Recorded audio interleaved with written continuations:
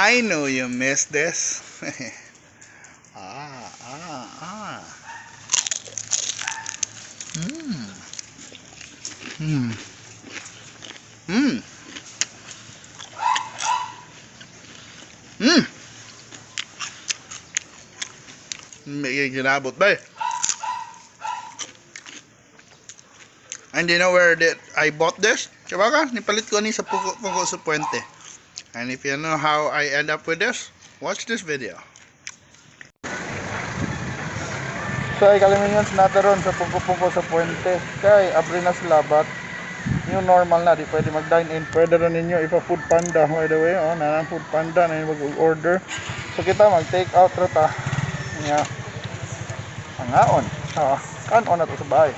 Ano ni? Ano ni yung normal nila?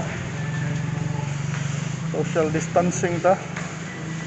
Daghan gyapon sila. Kurot naman bay. Mau na yung baligya. Daghan pa to yung tapo. Pero gain na lang kukuan kay. Pila man aki? 15. Kaya kukuan. Bali ko na lang. 90 na lang. Unom. Ay pila ni mong taas? Pila na lang. Usam ra man no? Para 100. Alright. So, yung baligya, umuyang na lang upuan. Na pa din siya mubo. Kaya na close-up na. Na. Aron mo na lang ilaron. Social distancing na ta. So take out na ni sila. Unsa mo oras sa mga abre bay?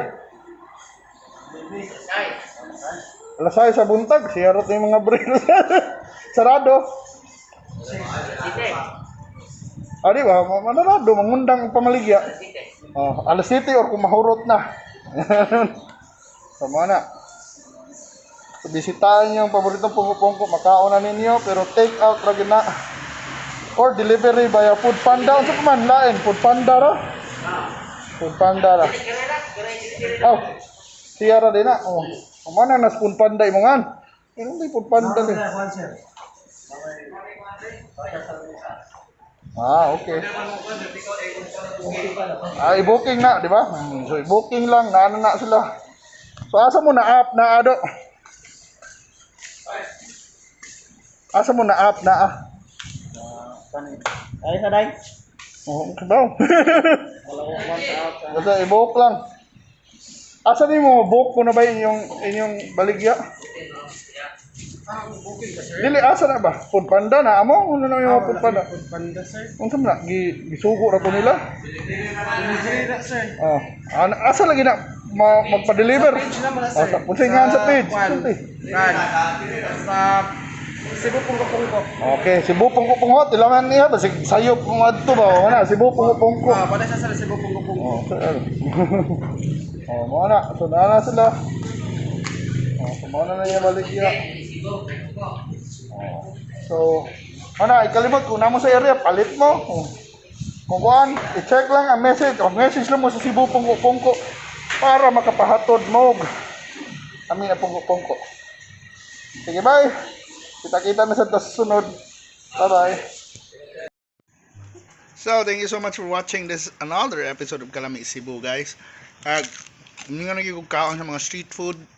And hopefully, mabalik ko dito and talk to them kung kumustahan nato sila. But so far, I'm just happy that they're back. And,